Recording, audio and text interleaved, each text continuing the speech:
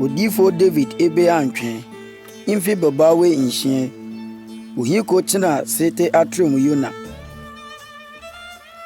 ekeko nyimpo he Yona be muyo ema kote abokon eso ne muye insha be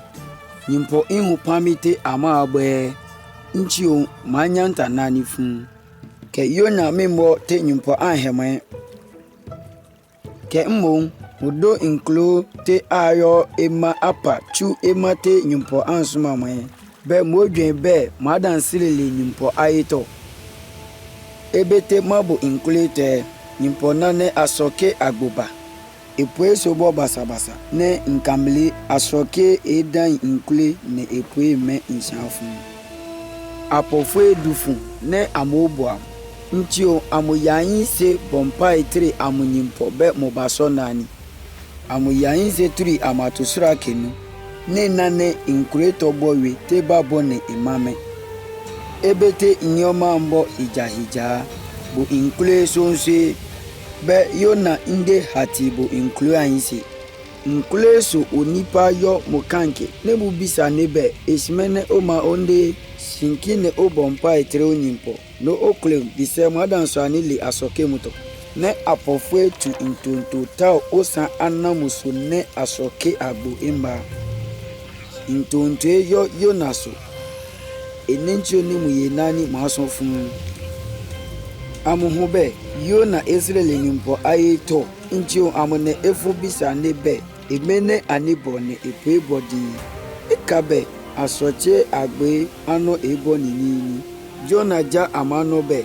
ani tumi tu equator elabodi mi fa wonchio ne asoke agbomumba apofemi amoko fa be amale equator ebete amama tu Jona tu nchieto ke amuminda nchio amone amemenfe tu ne tu equator teba bone amofu ma huna mu asoni na munyimbo intnafa ekwebodi ne asroke agbeisha tebe tehwe amejone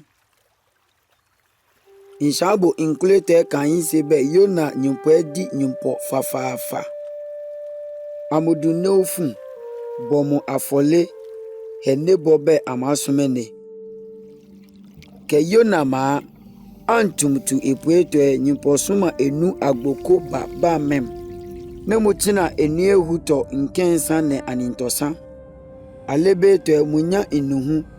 ne mubo mpai sumene bisa nebe musone inchi onyimpo he enu ebe mufe Yona totu epane ma lewie mudi nyimpo aso ne muyo emate ansuma mweto yanye inshabe nyimpo ya nyantam ekabe muhu nani pamite ama abefun ampa inshabo emato efunya enuhu na amokla munshibo amopabite amoleso aleso ne nani nyimpo na amopami eka muhu nani mobo ne mumi nyantam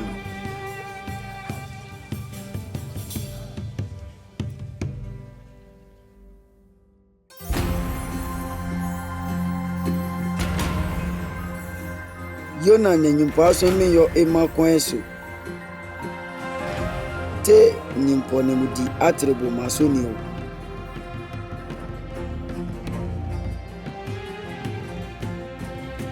emebe ne nyimpo he eniebe mo fe Yona to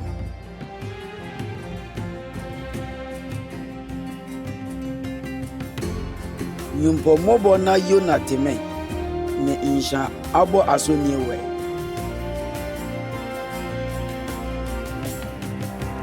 etemo kani tansi ne nyimpo ne enuka Yona masoni